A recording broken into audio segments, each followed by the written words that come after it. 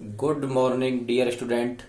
जैसा कि आप सबको पता है कि कोरोना वायरस की वजह से सभी स्कूल व संस्थाएं बंद हैं, इसलिए हम आपके लिए ऑनलाइन क्लासेज लेके आए। ये क्लास 12th का चैप्टर है और चैप्टर नंबर है 3 और आव्यूह। ये चैप्टर बहुत ही इंपॉर्टेंट है और बहुत ही सिंपल है। इस चैप्टर में से 3 अंक का प्रश्न पूछा जाता है। कितने अंक का? 3 अंक का। और ये चैप्टर का नाम है आव्यूह। आव्यूह क्या होता है कि एक इस प्रकार समझते हैं, 1 2 3 4 5 और 6। आव्यूह क्या होता है? आव्यूह को समझते हैं हम। जब पंक्ति और स्तंभों में आयताकार या वर्गाकार आकृति में जो संख्याएं लिखी जाती हैं वो क्या कहलाता है? आव्यूह। क्या कहलाता है वो? आव्यूह। पंक्ति, एक बार पुनः समझेंगे। पंक्ति या स्तंभों में आयताकार या वर्गाकार आकृति में जो संख्याएं लिखी जाती हैं वो क्या कहलाता है? आव्यूह। क्या कहलाता है वो? आव्यूह। ओके। और आव्यूह को हम हमेशा अंग्रेजी वर्णमाला के कैपिटल अक्षर से दर्शाते हैं। किससे दर्शाते हैं? अंग्रेजी वर्णमाला के कैपिटल अक्षर से। और ये हो गया संकेत। क्या हो गया? संकेत। संकेत पहला पॉइंट था आव्यूह की परिभाषा। पहला पॉइंट था परिभाषा। एक बार समझते हैं पुनः इसको। पहला पॉइंट था परिभाषा। और परिभाषा क्या होती है आव्यूह की? आयताकार आकृति में पंक्ति और स्तंभों में जो संख्याएं लिखी जाती हैं वो क्या कहलाता है? आव्यूह। और दूसरा पॉइंट था इसका क्या? संकेत। क्या पॉइंट था? संकेत।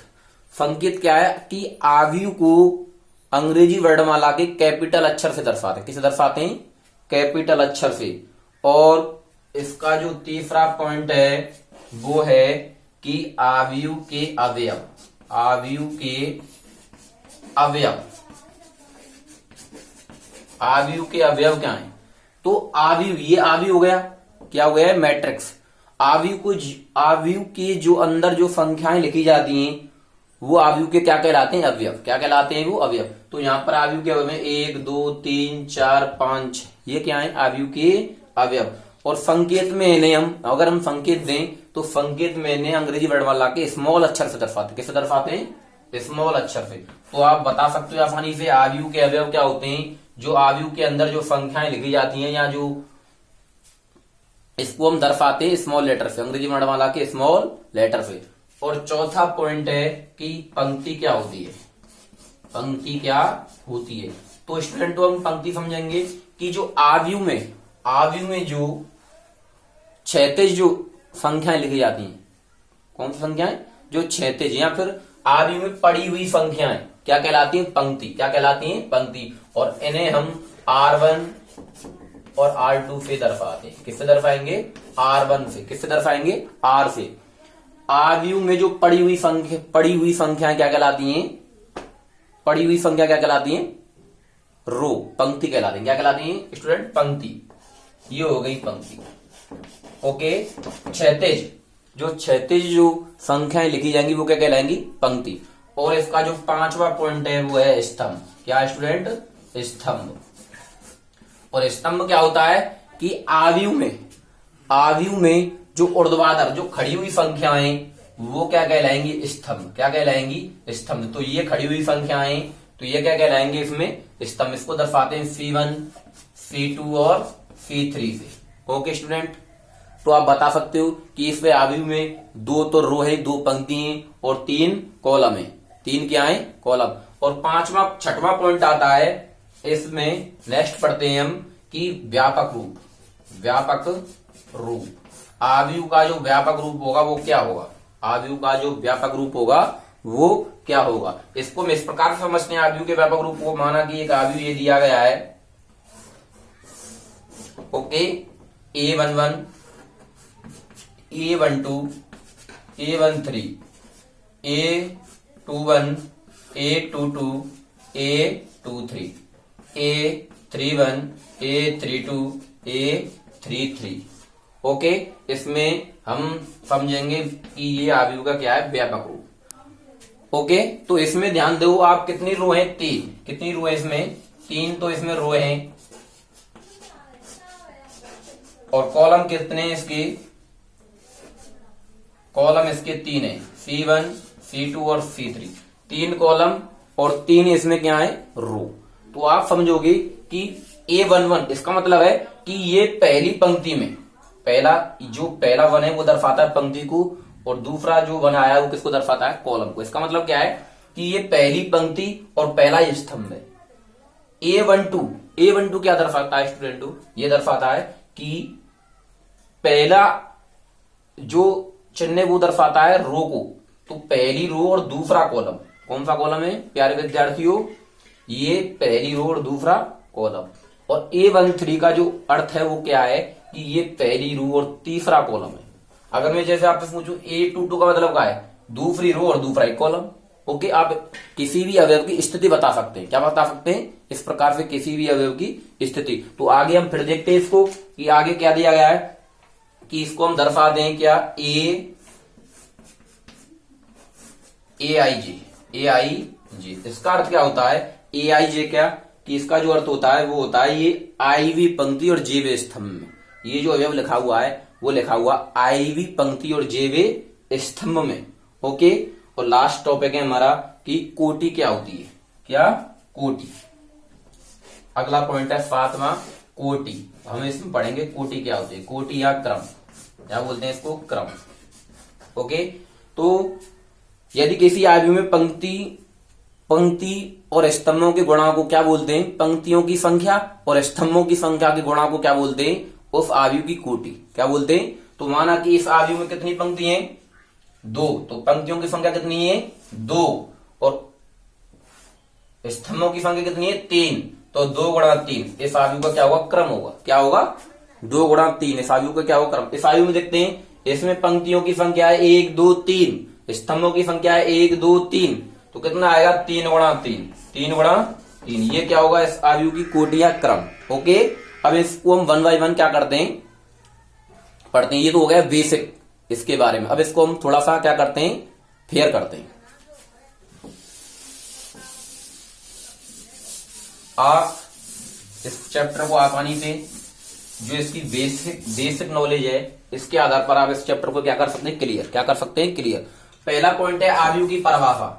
अब मैं इसको जो मैंने अभी आपके लिए समझाया इसको फेयर करूंगा, आयु की परिभाषा। ओके, आयु की जो परिभाषा क्या होगी, पंक्ति और स्तंभों में, इसकी जो परिभाषा होगी वो होगी पंक्ति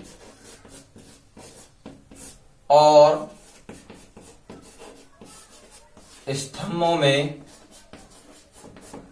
पंक्ति और स्तंभों में आयताकार या वर्गाकार, पंक्ति और स्तंभों में आयताकार या फिर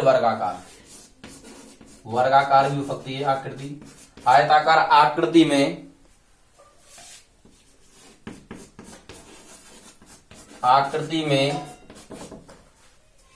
लिखी गई संख्याएं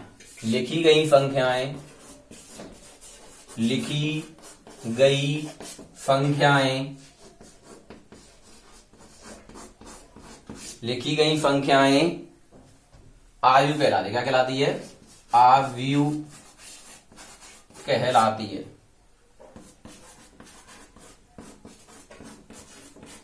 क्या कहलाता है वो, आयु कहलाता है। ओके, जो संख्याएं स्तंभ और पंक्ति में आयताकार आकृति में लिखी जाएंगी वो क्या कहलाएंगी, आयु। तो इसको एक एग्जांपल के तरीका से समझ सकते हैं, एग्जांपल दे सकते हैं इसका। एक छोटा सा एग्जांपल, 1 2 3 4 5 6, इसमें ये आयताकार आकृति है, इसमें पंक्ति और स्तंभों में ये संख्या लिखी गई है, इसलिए क्या कहलाएगा, आयु। सेकंड पॉइंट है इसका संकेत, क्या है, संकेतन। और संकेतन में लिखेंगे हम आयु को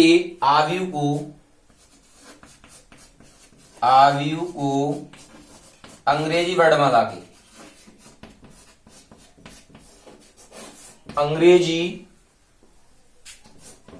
वर्णमाला के कैपिटल अक्षर, किससे, कैपिटल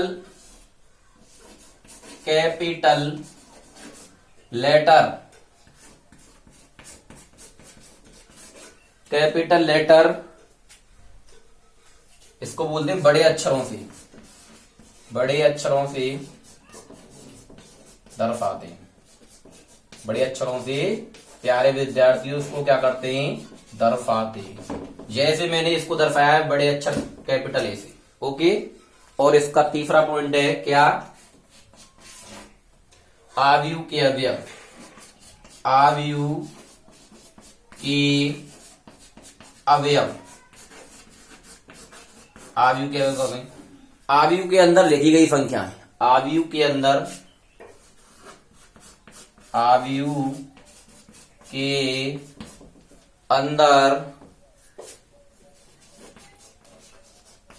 अंदर लिखी गई संख्याएं,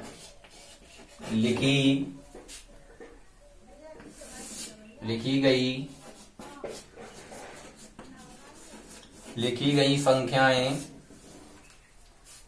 आव्यूह कहलाती हैं। क्या, लिखी गई संख्याएं आव्यूह के अवयव कहलाते हैं, आव्यूह के अवयव कहलाते हैं। आव्यूह के क्या कहलाते हैं, ये अवयव। ओके, और इन्हें हम क्या अंग्रेजी वर्णमाला के स्मॉल लेटर मतलब छोटे अक्षर से दर्शाते हैं। इन्हें मतलब अवयव को, इन्हें अंग्रेजी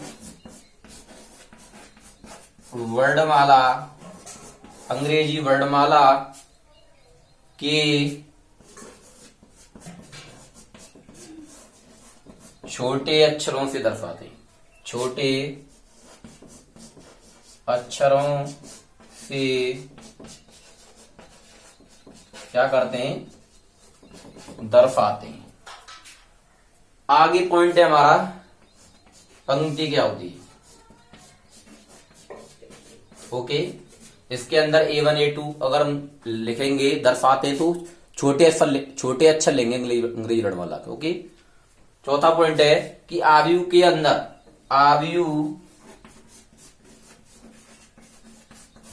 आव्यूह में क्षैतिज या पड़ी हुई संख्याएं, पड़ी हुई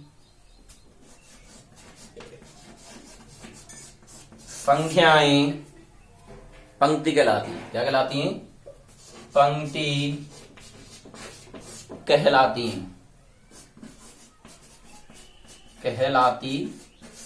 हैं।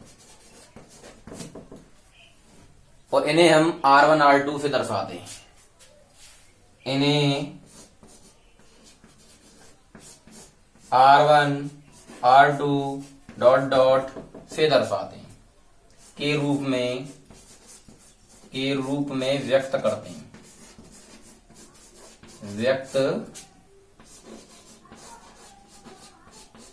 हैं, ओके। अब हमारा जो पांचवा पॉइंट है विद्यार्थियों, आगे चलते हैं पॉइंट नंबर 5वें पे। जो आव्यूह के अंदर पड़ी हुई संख्या है वो क्या कहलाती हैं, पंक्ति। पांचवा पॉइंट है क्या, स्तंभ। स्तंभ को बोलते हैं इंग्लिश में कॉलम। क्या बोलते हैं, कॉलम। और इसे सी से दर्शाते हैं। कॉलम क्या होता है, आव्यूह के अंदर, आव्यूह में जो खड़ी हुई संख्याएं, आव्यूह में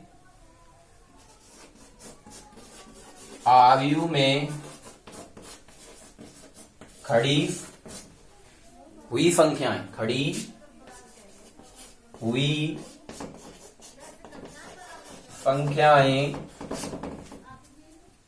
स्तंभ कहलाती हैं। क्या कहलाती हैं, स्तंभ कहलाती है। ओके, इन्हें हम C1 C2 से दर्शाते हैं, इन्हें C1, C2 डॉट के रूप में व्यक्त करते हैं, के रूप में व्यक्त करते हैं। ओके विद्यार्थियों, के रूप में व्यक्त करते हैं। और हमारा जो नेक्स्ट पॉइंट है विद्यार्थियों वो है क्या, आव्यूह का व्यापक रूप। क्या, छठवां पॉइंट है व्यापक रूप। व्यापक रूप। आयु के व्यापक तरीके से निम्न प्रकार से रखते हैं। व्यापक रूप क्या होता है आयु का? ये होता है A11, A12, A13, A21, A22, A23, A31, A32, A33। Okay, ये दिया गया है। इसमें जो पड़ी हुई संख्या ये क्या कहलाएंगी? रो, पंक्ति। R1 ये भी पड़ी हुई संख्या है, R2 ये R3, और खड़ी हुई संख्या क्या कहलाएंगी? कॉलम। ये कॉलम C1, C2, C3, ये क्या कहलाएंगी? रो। ये क्या कहलाएंगे? स्तंभ। क्या कहलाएंगे? ये स्तंभ। Column COLUMN, column. Okay, 3 column और 3 रो। और इसको हम कैसे दर्शाएंगे? कैपिटल A बराबर स्मॉल अक्षर से AIJ से। आयु को तो हम कैपिटल लेटर से दर्शाते हैं और अवयव को स्मॉल लेटर से। इसका मतलब है ये जो अवयव है ये IV पंक्ति में है, IV पंक्ति में है, और JV स्तंभ में है, JV स्तंभ में है।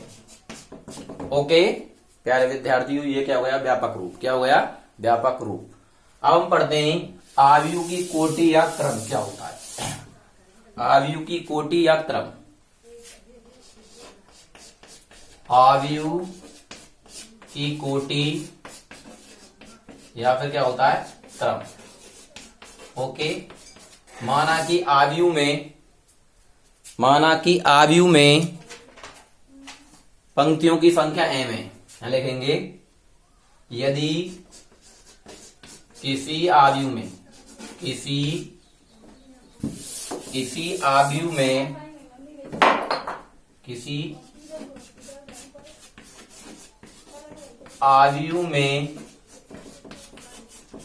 पंक्तियों की संख्या m तथा स्तंभों की संख्या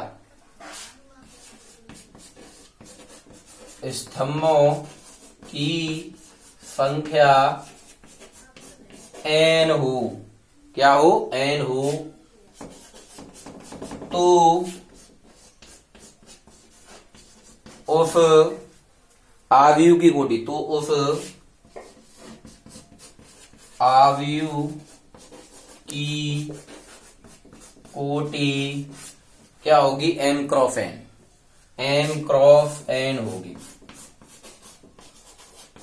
ओके विद्यार्थियों, जैसे एक एग्जांपल भी समझ लेते हैं। इस प्रकार से ये दिया गया है 1 2 3 4 5 6 7 8। ये क्या दिया गया है? आयु। तो इसमें पंक्तियों की संख्या कितनी है? 2। कितनी है?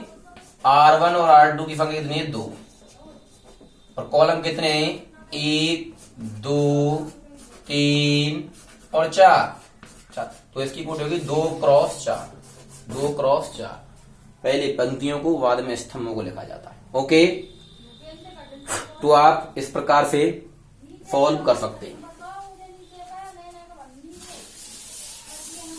ओके, तो ये हो गई इसकी बेसिक नॉलेज। क्या हो गई? Basic knowledge. अगर आपसे पूछे कि एक एग्जाम्पल से समझ लेते हैं हम। इस प्रकार से एक एग्जाम्पल देते हैं। ये दिया गया है A बराबर 1 2 3 4 5 6 ओके 7 8 9। और आपसे पूछे क्या कि A12 A23 के मान क्या होंगे? के मान क्या होंगे? ओके, तो आपको क्या देखना है प्यारे विद्यार्थियों? सॉल्व करते समय आपको ध्यान रखना है इस सवाल में A12 का मान निकालते हैं। इसका मतलब है पहली तो पंक्ति और दूसरा कॉलम है। पहली पंक्ति और दूसरा कॉलम। पहली पंक्ति तो ये हो गई और दूसरा कॉलम ये हो गया। तो अभी अब कौन सा आएगा? ये आएगा, दूसरा वाला। कितना आएगा उत्तर इसका? 2। पहली पंक्ति दूसरा कॉलम, पहली पंक्ति और दूसरा कॉलम इस पे ही आएगा। इसके बाद देखते A23 इसका मतलब है A2, ये A है ना, ये दूसरी रो में है या तीसरे कॉलम में, दूसरे तो रो में है और तीसरे कॉलम में, तो ये होगा 6। क्या होगा? 6। इसका सॉल्यूशन इस प्रकार से हम आसानी से निकाल सकते हैं। ओके, आप इस वीडियो को सब्सक्राइब और लाइक जरूर करें। ओके, धन्यवाद।